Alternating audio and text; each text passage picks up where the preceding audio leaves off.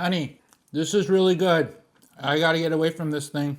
I might eat it all. Halloween's done, and what do you do with all of yours, I mean your kids' Halloween candy?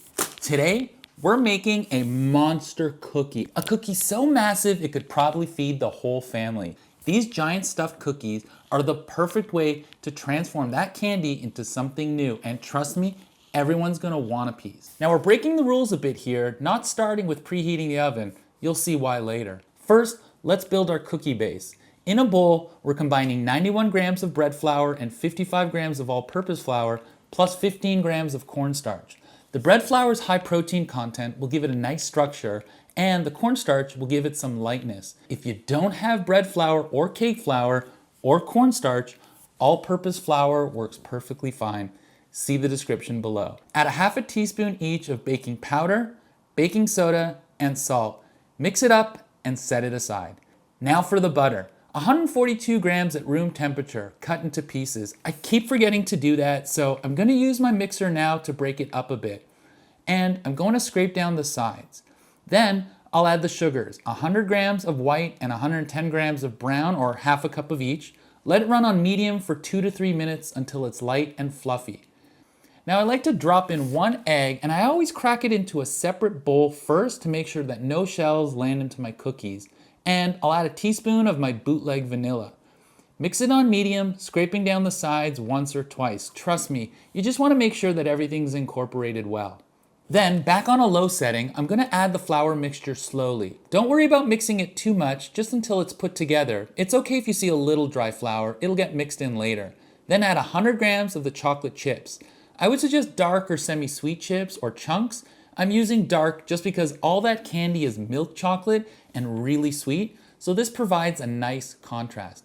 I'm also just going to mix it by hand because you don't want to overmix the batter. Time to prep the candy. I'm using peanut M&Ms, peanut butter cups, Twix, Kit Kat, and Snickers, but remember, use whatever you got. Chop them in different ways, some in chunks, some in smaller pieces, some into a fine dust. The variety makes each bite interesting.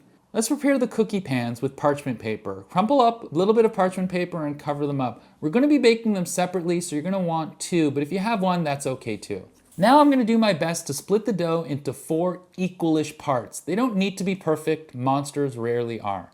Then roll each part into a ball and then flatten 2 of them with your hands and put it down on the parchment paper.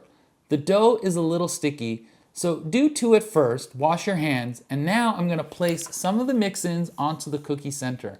By the way, here's where you can add whatever you want. Now you can add a scoop of peanut butter, peanuts, chocolate ganache, or Biscoff. That if you use something liquidy or runny, you'll have to seal up the cookies really tightly, and that can be a little difficult, so I'm just adding chocolate bits, but just so you know, you can get as creative as you like. Now, with the 2 cookies prepped, take the other cookie balls and flatten them with your hands, and then place them directly on top of the cookie and chocolate to create a cookie sandwich or a cookie hot pocket.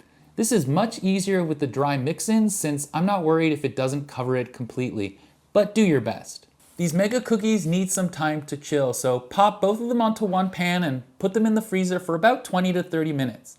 Now you can preheat your oven to 350 degrees. When it's ready, bake these big guys 1 at a time for 23 to 26 minutes each, depending on your oven. Now my oven sucks, so I usually have to put it in for about an extra minute or 2, but watch the edges as they brown. And here's the important part. You're gonna wanna let them cool for at least 25 minutes before moving them. They're more fragile than they look. And here's a tip. Before you put the second one in, make sure your oven is back to 350 degrees.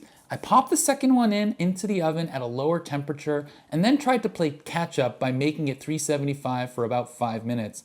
Don't do that. Just get it back to 350. Don't get me wrong, the second one still looks good. It's just a little more toasted than I would have liked. But anyway, when they are out, just top them off with whatever leftover candy that's chopped up. That's the trick to really beautiful looking cookies, not just massive ones. Add a bit more peanut butter cups, M&Ms, Kit Kat, Twix, whatever you want. Just don't put too much. Heavy is the hand that can ruin your monster cookie. And one last touch that's again totally optional, but you can sprinkle a little flaky salt on top while it cools down. Good crunch.